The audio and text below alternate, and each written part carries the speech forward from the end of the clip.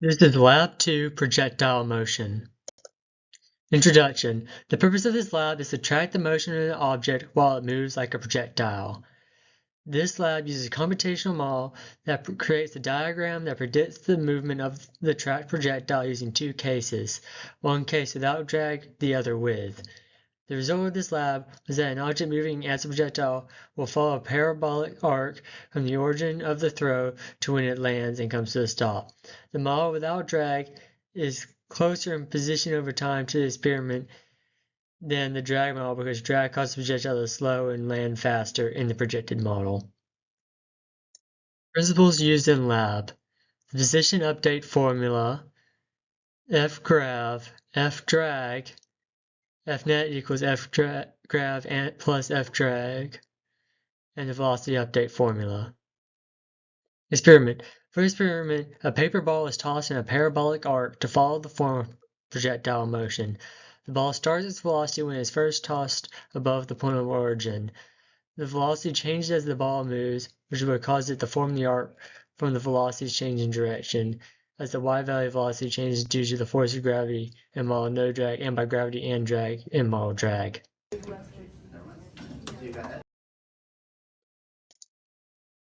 Observed position.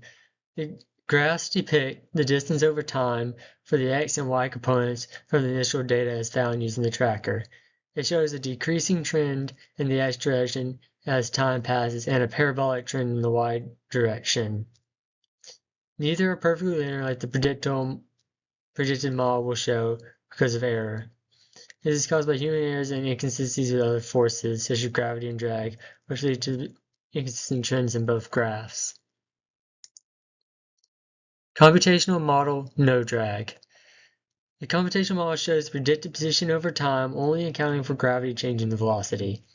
The prediction of this model is without human errors, but does not take into account all variables and forces, so it differs and creates a perfect arc unlike the experiment.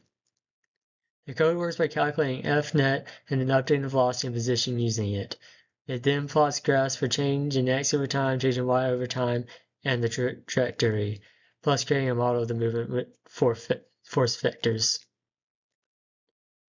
Computational model drag. The computational model shows predicted motion over time, accounting for gravity and drag, changing the velocity.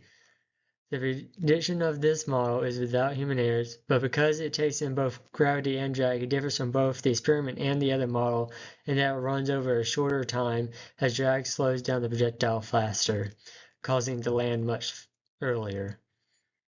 The code works by calculating F-net with drag and then updating the velocity and then the position using it. It then plots graphs for change in x over time, change in y over time, and the trajectory, plus creating a model of the movement with force vector. This is the model and graphs for computational model no drag. This is the model and graphs for computational model drag. What if? Imagine if the object were initially thrown straight up with the same initial speed as in your experiment. Would the time this object takes to reach the ground be the same, longer, or shorter than the time it took in your original experiment?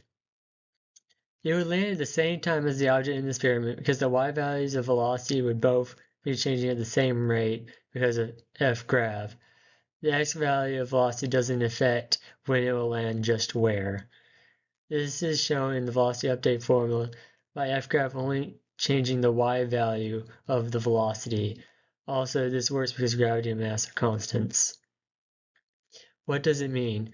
Terminal velocity happens when a freely falling object experiences zero net force. Examine the velocity versus time graphs predicted by your models with and without drag. Do any of your models predict a terminal velocity? Neither model predicts a terminal velocity because during the first F-grav has no counterforce, and the second F-grav and F-drag don't cancel each other out at any point. A similar experiment that would experience terminal velocity would be a free fall experiment where an object is dropped straight down from a height that gives it enough time for F-drag to match F-grav in magnitude, while they both push in opposite directions.